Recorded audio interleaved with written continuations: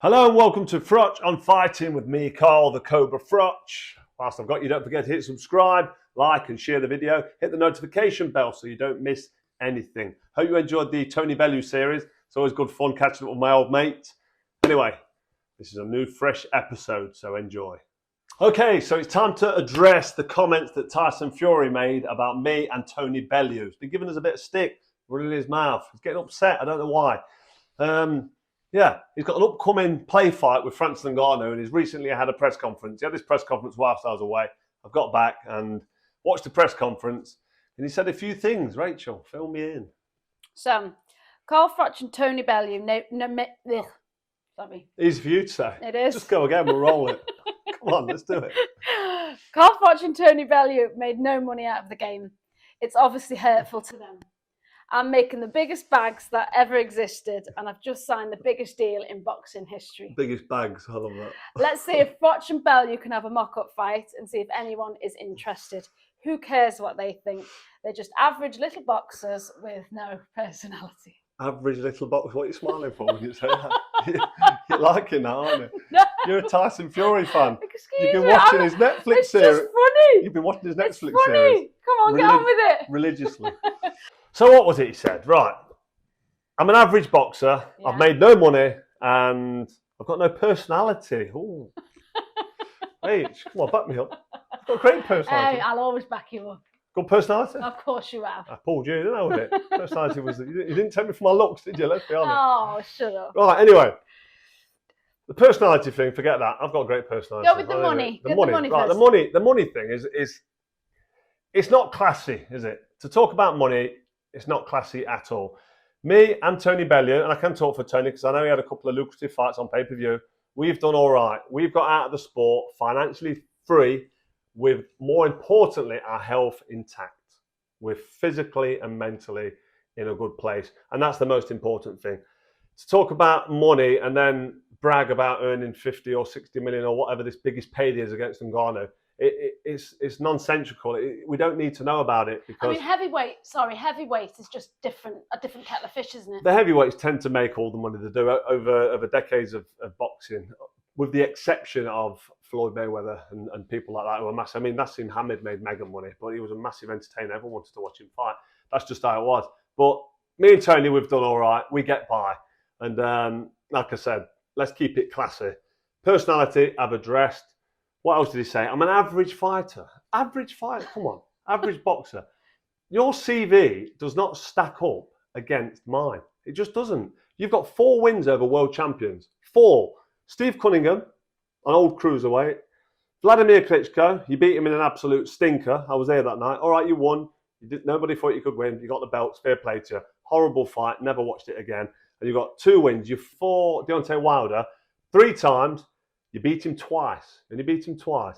They're the other 2. So you've got 4 wins over world champions. I've got 11 wins over world champions. Lennox Lewis, what's he got? So like 14? He's got 14. Yeah. 14 wins over world champions. Mike Tyson's got 10. Mike Tyson's got 10 wins over world champions. So Muhammad Ali, 16. Muhammad Ali, 16. If you look at these legends of the game, then you can see the difference. And to say that my career was average is just stupid. It's ridiculous. And you're having a dig here and you're making yourself look even more stupid. And if you look down at the comments, when you do these stupid videos and talk shite, have a look at the comments and see how bad they are against you. And I don't want these comments to be against you. It's hurting me to give you stick. You made your pro debut on my first world title fight. It was both promoted by the same promoter. And I've got a lot of love for you. But it's just, I've got to be honest and I've got to be straight. I want you to just be defending your WBC title against other champions or top challengers. The Usyk fight didn't happen. You're fighting Ngannou instead of Usyk. You should be defending your title, really. You've got an obligation to the sport of heavyweight boxing as a champion. And I just feel, how long have you got left in the game? You might not have that long. What, you got 2-3 more fights? And it's going to be a waste if you keep fighting these crossover fights. All right, you're taking the money, that's great. But when your career's over and you've finished, you want your legacy to be intact. You want that respect, and you're killing off the fans. The fans are turning against you. You can see it with the comments on all your videos and the stuff you say. You can see that they're turning against you. And it's sad to see. I don't mind you giving me stick. You're having a bit of a go back. You're defending yourself. you're on your back foot, and deep down, I think you know you're hurting the sport, and I think you know that actually what you're doing is bad for the game. You're taking the money instead of being full of pride for the sport. I think it's bad. Because I'll tell you something as well, you can have as much money as you want in your wallet. You turn up to the Hall of Fame party next year, you won't be dining on the top table with me and my peers because you won't belong there with that CV. So you need to get a move on, defend that WBC belt, and get in that ring with a real fighter. Somebody like Usyk or Anthony Joshua. Come on, let's get a move on. So now let's change the subject and talk about Joyce.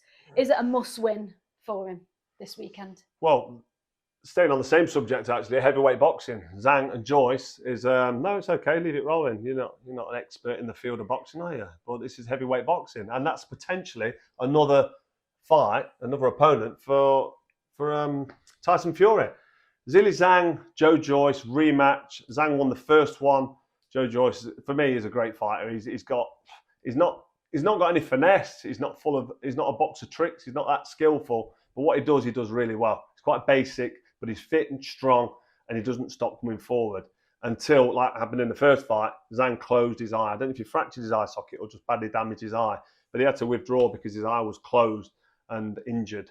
And that's the first time we've seen Joyce in real trouble and hurt. He's like the Terminator. I mentioned it before. It's like he doesn't bleed. He just keeps walking forward. But this is a great rematch. I think if Joyce gets it right and boxes a little bit and moves a little bit, which he don't always do, he's going to have to have worked on it in the gym. But if he can get it right and just show a bit more movement with his work rate and keep that head off the centre and not walk into that jab or that backhand from Zhang, I think he'll get the win. Because Zhang's getting, I mean, Joyce isn't a young man, but Zhang's getting old, getting a bit long in the tooth now. I just think he's there to be beaten, but it's a really close fight. It's a pick and win. It's whoever you fancy. I'm not even going to do a prediction this time.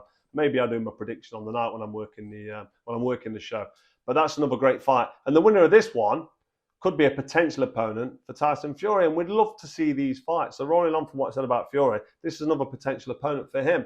But yeah, I'm down there on Saturday night, and I'm looking forward to the Zhang-Joyce rematch. So that's it for another episode of Froch on Fighting. Thank you very much for watching. I couldn't possibly close the show without mentioning my dear friend, such a close family friend, Michael Smith, a.k.a. Bruno. He sadly passed away last week. Everybody in the boxing community knows Bruno. He's worked security for years, ring walked numerous fights for me. He's been around boxing for as long as I can remember. And it's so sad that he's gone. And I just want to express my heartfelt condolences to his family at this very sad time.